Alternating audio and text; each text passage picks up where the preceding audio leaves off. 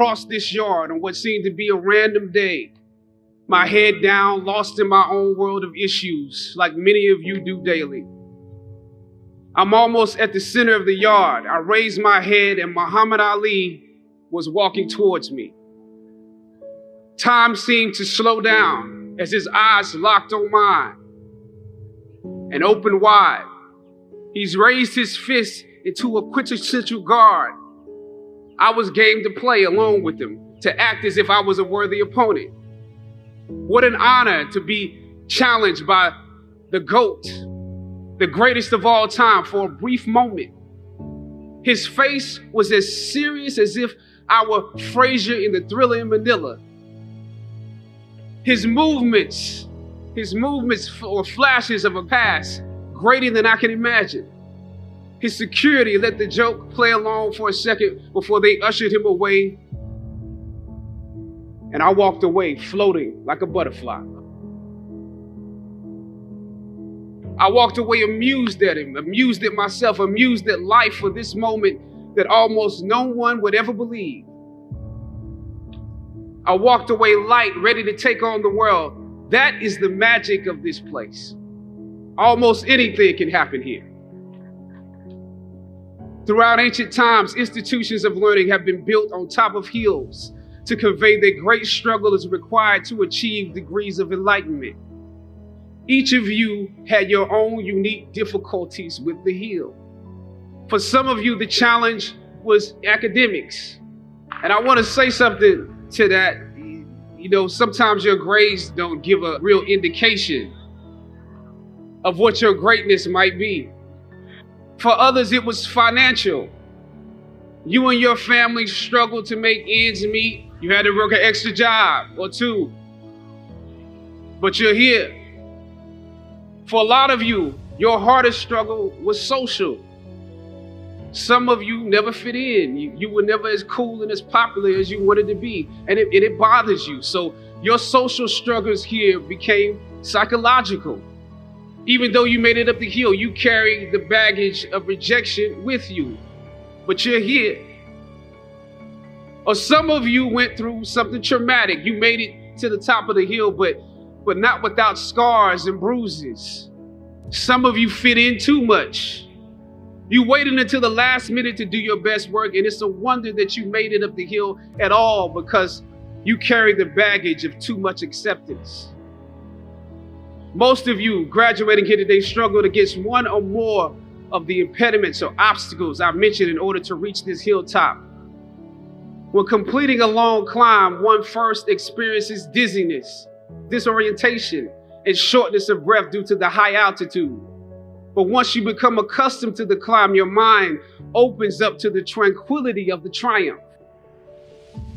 Most of you need some realizations because right now you have some big decisions to make. Right now, I urge you, in your breath, in your eyes, in your consciousness, invest in the importance of this moment and cherish it. I know some of you might have partied last night. You should celebrate, but this moment is also part of that celebration. So savor the taste of your triumphs today. Don't just swallow the moment whole without digesting what has actually happened here. Look down over what you conquered and appreciate what God has brought you through.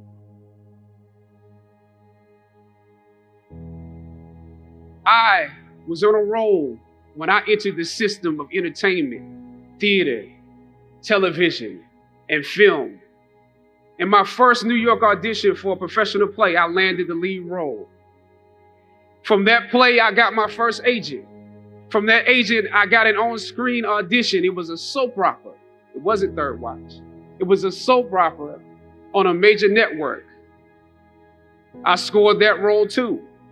I felt like Mike Tyson when he first came on the scene, knocking out opponents in the first round. With this soap opera gig, I was already promised to make 6 figures, more money than I had ever seen. I was feeling myself. But once I got the first script, and with soap operas, You very often get the script the night before and you shoot the whole episode in one day with little to no time to prepare. Once I saw the role I was playing, I found myself conflicted. The role wasn't necessarily stereotypical. A young man in his formative years with a violent streak pulled into the allure of gang involvement. That's somebody's real story. Never judge the characters you play. That's what we were always taught. That's the first rule of acting. And any role played honestly can be empowering. But I was conflicted because this role seemed to be wrapped up in assumptions about us as Black folk. The writing failed to search for specificity. Plus, there was barely a glimpse of positivity or talent in the character, barely a glimpse of hope. I would have to make something out of nothing. I was conflicted. Howard had instilled in me a certain amount of pride, and for my taste, this role didn't live up to those standards. It was just my luck that after filming the first 2 episodes, execs of the show called me into their offices and told me how happy they were with my performance. They wanted me to be around for a long time. They said, if there was anything that I needed, just let them know. That was my opening. I decided to ask them some simple questions about the background of my character, questions that I felt were pertinent to the plot. Question number 1, where's my father? The exec answered, well, he left when you were younger. Of course. Okay. Question number 2. In this script, it alluded to my mother not being equipped to operate as a good parent. So why exactly would my little brother and I have to go into foster care? Matter of factly, he answered, well, of course, she's on heroin. That could be real, I guess. But I didn't want to assume that's what it was. If we're around here assuming that the Black characters in the show are criminals, on drugs and deadbeat parents, then that would probably be stereotypical, wouldn't it? That word stereotypical lingered. One of the execs pulled out my resume and began studying it. The other exec wore a smile, trying to live up to what they had promised me only a few moments before. If there's anything you need, just let us know. She said, as you have seen, things move really fast around here. But we are more than happy to connect you with the writers if you have suggestions.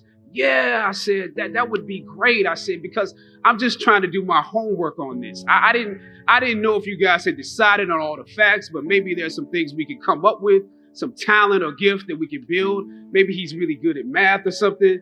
He has to be active. I'm doing my best not to play this character like a victim.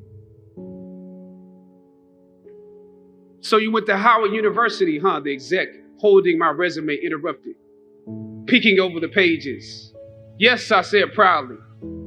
He slid my resume back in his desk and said, thank you for your concerns. We'll be watching you. I left the office. I shot the episode I had come in to shoot on that day. Probably the best one I did out of the 3 because I got what was bothering me off my chest. I was let go from that job on the next day. Phone call from my agent. They decided to go another way. The questions that I asked set the producers on guard and perhaps paved the way for a less stereotypical portrayal for the Black actor that stepped into the role after me. As the scripture says, I planted the seed and Apollos watered it. But God kept growing. God kept it growing. Yet and still, when you invest in a seed, watching it grow without you, that is a bitter pill to swallow. A bitter pill. Anybody that's ever been fired knows what I'm talking about. Even if you really don't want the job, when they let you go, it's like any breakup. You act like you don't care. I didn't need that damn job anyway. I didn't need them.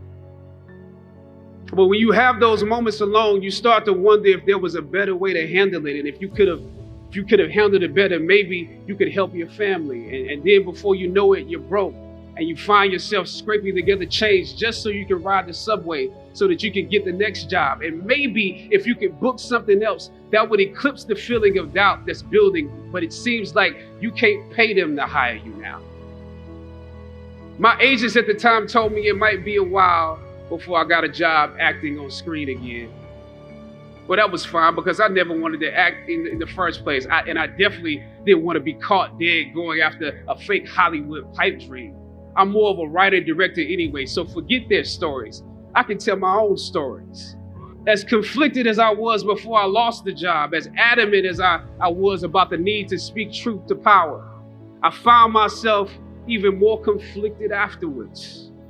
Sometimes you need to get knocked down before you can really figure out what your fight is and how you need to fight it. At some point, my mind reverted back to my experiences here, to the professors that challenged me and struggled against me. Finally, I thought of Ali in the middle of the yard,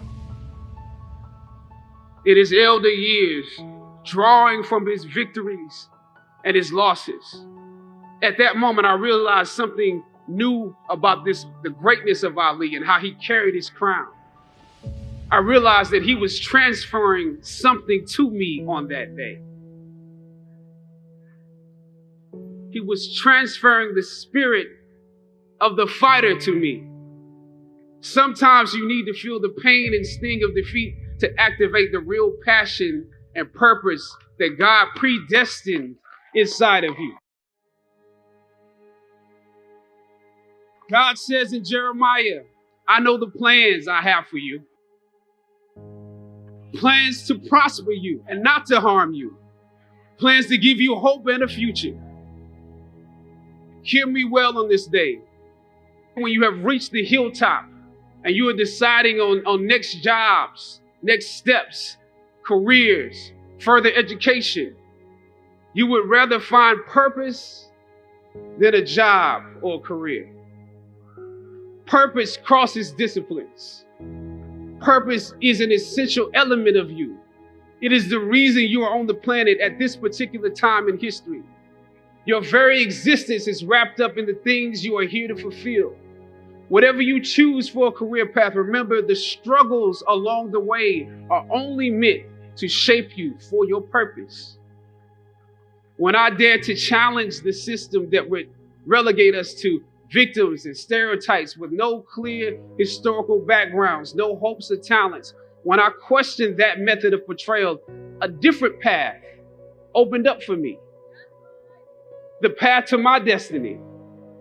When God has something for you, it doesn't matter who stands against it.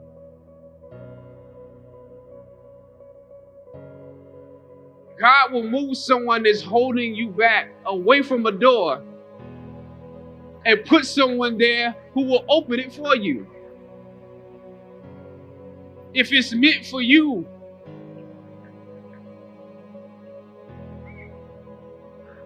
I don't know what your future is, but if you're willing to take the harder way, the more complicated one, the one with more failures at first than successes, the one that has ultimately proven to have more meaning, more victory, more glory, then you will not regret it. Now, this is your time.